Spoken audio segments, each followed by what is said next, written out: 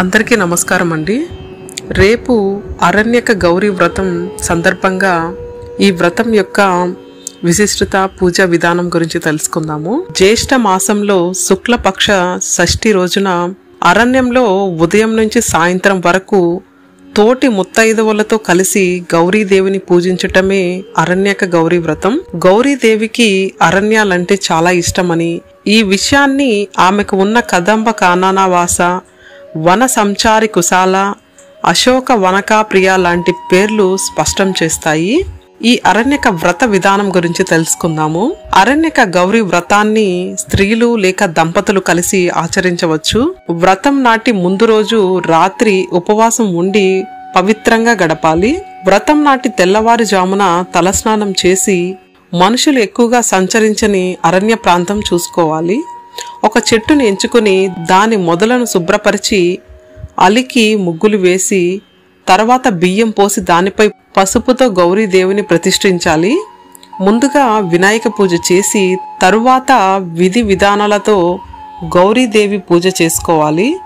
అనంతరం ముత్తైదవులకు దక్షిణ తాంబూలాలు ఇచ్చి వారి ఆశీర్వాదం తీసుకోవడమే ఈ వ్రతాన్ని జీవితాంతం ఆచరించవచ్చని చెబుతున్నారు. అరణ్యక గౌరీ వ్రత కథ గురించి తెలుసుకుందాము. ఈ వ్రతం ఆచరణలోకి రావడం వెనుక ఆసక్తికరమైన పురాణ గాథ కూడా ఉంది. పూర్వం మధుర ప్రాంతాన్ని చంద్రపాండ్యుడు అనే రాజు పరిపాలిస్తూ ఉండేవాడు.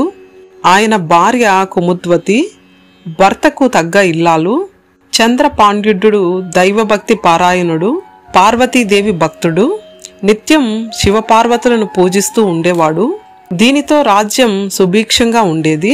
ప్రజలు సుఖ సంతోషాలతో జీవనం సాగించేవారు. చుట్టుపక్కల రాజ్యాలను కూడా జయించి రాజ్య విస్తీరణ చేస్తూ ఉండేవాడు. ప్రజలు ఆయనను గొప్ప పాలకుడు అని ప్రశంసించడం మొదలుపెట్టారు. ఈ పొగడ్తల వల్ల, విజయాల వల్ల ఆయనలోని అహంకారం, గర్వం పెరిగింది.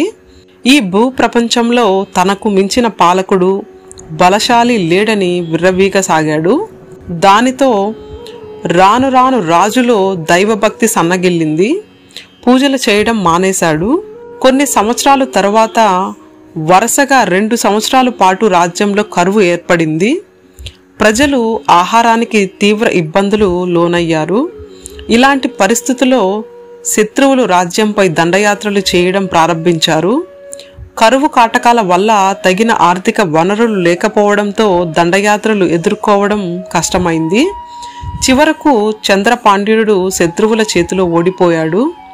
రాజ్యాన్ని కోల్పోయి అడవులు పాలయ్యాడు. ఆయన తన భార్య కుముదతో అడవిలోని కష్టంగా జీవనం గడపసాగాడు.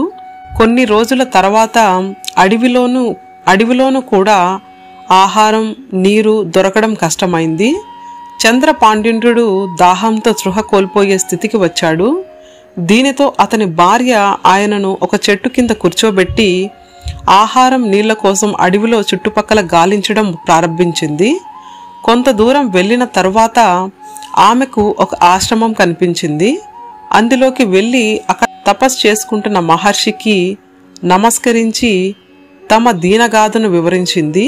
వారి పరిస్థితికి చలించిన మహర్షి తన శిష్యులను పంపి చంద్రపాండ్యుని ఆశ్రమానికి పిలిపించుకున్నాడు.